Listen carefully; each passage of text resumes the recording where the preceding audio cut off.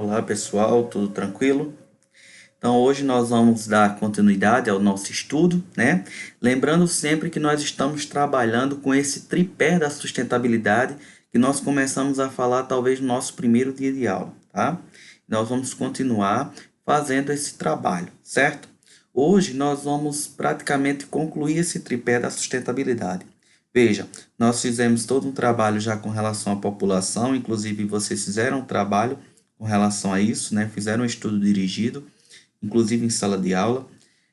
Nós trabalhamos na semana passada, ou melhor, na semana passada trabalhamos com a parte de recursos naturais, né? E agora nós vamos trabalhar com a poluição, falando um pouquinho sobre a poluição ambiental em todos os sentidos, tá bom? Na realidade, é um vídeo introdutório e nós vamos ter um pouco mais de conteúdo para poder fundamentar ainda mais, tá bom? Devo disponibilizar também alguns vídeos específicos falando sobre os tipos de poluição, mais para a poluição atmosférica, da poluição da água e da poluição do solo, tá bom? Algumas coisas a gente não acaba não dando tanta ênfase, porque isso aqui é um conteúdo introdutório, tá bom? Como é a nossa disciplina. Então, para falarmos em poluição, é necessário a gente ter um pouco do conceito da poluição, né? Nós vamos verificar que a poluição ela pode ser considerada como qualquer alteração que é feita ao meio, tá? E essa alteração ela pode sim causar algum impacto sobre o meio ou sobre a saúde humana. Isso é um conceito que nós temos de poluição, tá? Mas para que haja poluição, nós temos que ter o quê? Um poluente. Nós temos que ter um agente que vai ser o causador dessa poluição. E essa poluição, normalmente, ela está associada sempre a fatores antrópicos, ok? Então veja aí a definição que nós temos de poluentes: sobre produtos das atividades humanas que causam impacto negativo, tá? Então sempre nós vamos ter aí, quando nós temos esse agente que vai causar algum impacto negativo ao meio, nós tratamos isso como um agente poluente, tá? E por que nós falamos de impacto negativo? Mas à frente vocês vão verificar que existem dois tipos básicos de impacto, né? Tudo que é impacto, existem duas formas. Nós podemos tratar impacto como impacto positivo ou como impacto negativo, tá bom? Mas vocês vão ver isso até em outras disciplinas. Com relação às fontes de poluição, nós podemos ter dois tipos. Nós podemos ter a poluição como uma fonte pontual ou como uma fonte difusa. Como é que significa isso, professor? Como é que é tratado isso? Veja, eu posso ter, por exemplo, levando em consideração a poluição aquática, eu posso ter um lançamento de esgoto numa determinada bacia hidrográfica, uma cidade em que ela não conta com o sistema de esgotamento sanitário, tá? Então, o que que acontece? Se a gente for analisar a contribuição dessa cidade para o rio principal daquela bacia, aquilo pode ser uma poluição pontual. Aquela cidade ela apresenta uma carga poluidora para aquele rio e isso é considerado algo pontual. Mas nós podemos ter também, quando nós estamos falando não só mais daquela cidade, mas das cidades que estão inseridas naquela bacia e que contribuem para aquele rio, nós podemos tratar isso até como uma poluição difusa, tá? Outro exemplo também, até para enfatizar a poluição difusa e está bem evidente nos dias atuais, é o próprio lançamento dos secadores de café, né? A fumaça dos secadores de café ela é tratada como uma poluição difusa, porque nós temos vários pontos, né, que estão lançando essa poluição e, logicamente, há um impacto negativo, né, sobre o meio ambiente, sobre a saúde humana, e daí nós podemos verificar que isso é uma poluição difusa, ou seja, está difundido, está dissociado, tá? E a gente não consegue verificar apenas uma fonte, caracterizar apenas aquela fonte. Então está muito mais distribuído com relação à localidade. Por isso que nós chamamos de poluição difusa ou dispersa, tá bom? Com relação aos efeitos dessa poluição aí, nós podemos ter, a poluição ela pode exercer vários efeitos. A gente pode ver aí um efeito que é chamado de local regional, quando ela se manifesta muito próximo da sua fonte, tá? Isso acontece bastante com poluição do solo, alguns tipos de poluição do solo, né? Derramamento de vazamento de combustível outro tipo de contaminação que possa vir a ocorrer. Mas também quando nós tratamos de poluição aquática também, né? Um lançamento de esgoto no manancial, um lançamento clandestino de algum efluente industrial num determinado manancial. Então isso aí a gente consegue verificar o efeito dessa poluição ela acaba sendo local, tá? A mortandade de peixes, por exemplo, a contaminação de um determinado grupo populacional, entre outros, tá bom? E aí nós também temos os efeitos globais, né? Que nesse caso eles vão afetar áreas extensas, extrapolando os limites territoriais de um país.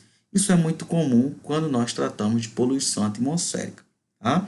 Poluição atmosférica, ela tem geralmente esses efeitos, né? Dependendo da quantidade, acaba tendo esse efeito aí que ultrapassa os limites.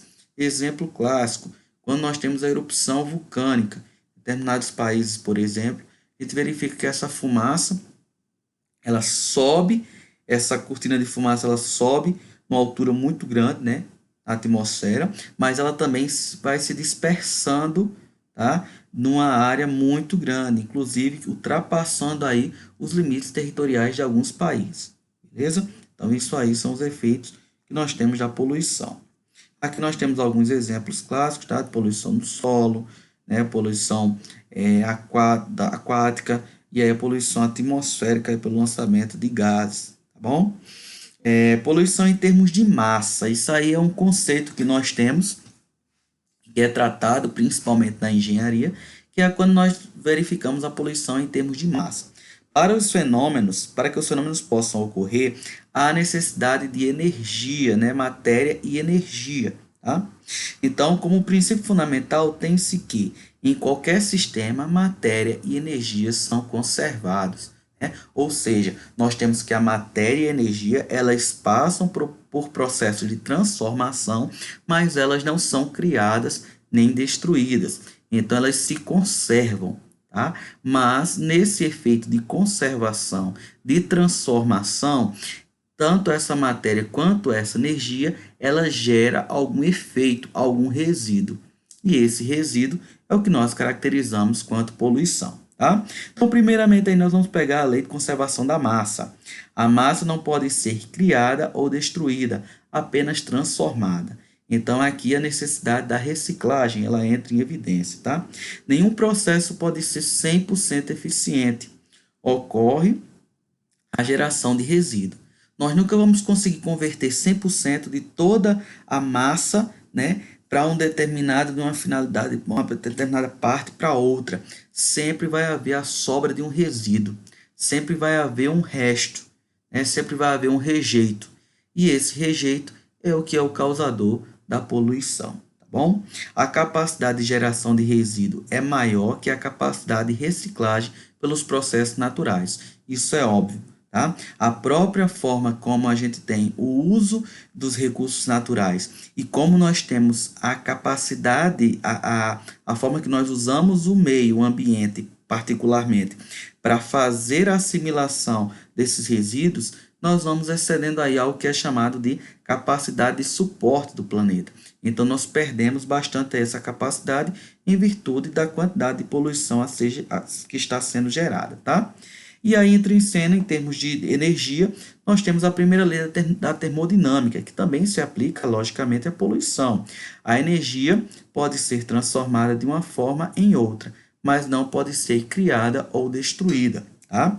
Observação, temos no planeta um grande potencial energético, mas temos que considerar o quanto de energia será gasto para obtê-lo, né? Então, isso aí é uma coisa que é muito importante, porque nos processos de conversão e de transformação de energia que nós temos aí, nós também geramos uma determinada quantidade de poluição, tá? Seja poluição até mesmo uma poluição de caráter térmico, né? Às vezes, determinados processos, nós vamos verificar que nessa conversão de energia, nós vamos ter a geração de calor. E esse calor para o meio, ele pode ser, na maioria das vezes, considerado até como efeito poluidor. tá? Um ruído, né? Ou outra situação também. Vejam, quando nós utilizamos a energia elétrica, por exemplo, para ser convertida em tração para mover um determinado conjunto motor-bomba, por exemplo, para abastecimento de água, a gente verifica que toda a energia nem toda a energia que é aplicada naquele motor, ela vai ser convertida em energia mecânica capaz de gerar um rotor de uma bomba. Nós vamos ter ali, então a gente acaba tendo uma coisa que nós chamamos de eficiência, né? Então, nenhuma máquina ela consegue ser 100% eficiente. E por ela não ser 100% eficiente, nós temos aí a geração de um ruído, nós temos aí a geração de um rejeito de energia que é dissipada ao meio, tá bom? Isso acontece em todos os processos de conversão de energia. A segunda lei da termodinâmica, ela já vai dizer o seguinte, né, que todo processo de transformação de energia dá-se de uma maneira mais nobre para uma maneira menos nobre. Tá? Como consequência desta lei, a forma residual de energia pode ser considerada o calor disperso. Tá? Então, veja, a primeira lei está relacionada a como a energia se conserva. Ela nem é criada, nem é destruída, né? Mas ela se conserva, ela só é transformada. A segunda lei ela vai me dizer que se eu tenho energia de caráter mais nobre, quando ela vai ser transformada, ela sempre sai de uma forma mais nobre para uma forma menos nobre. E por que que essa questão de ser menos nobre? Porque nesse processo de conversão, ela gera esse resíduo. E esse resíduo é um efeito poluidor. Tá? Então é muito importante que a gente tenha isso em mente. E essas duas leis, para a nossa realidade, elas sempre caminham juntas no sentido de enxergar os efeitos da poluição. Bom? Nosso próximo assunto vai ser justamente tratar sobre as questões do desenvolvimento, né, econômico, né, e os seus efeitos, principalmente com relação à poluição.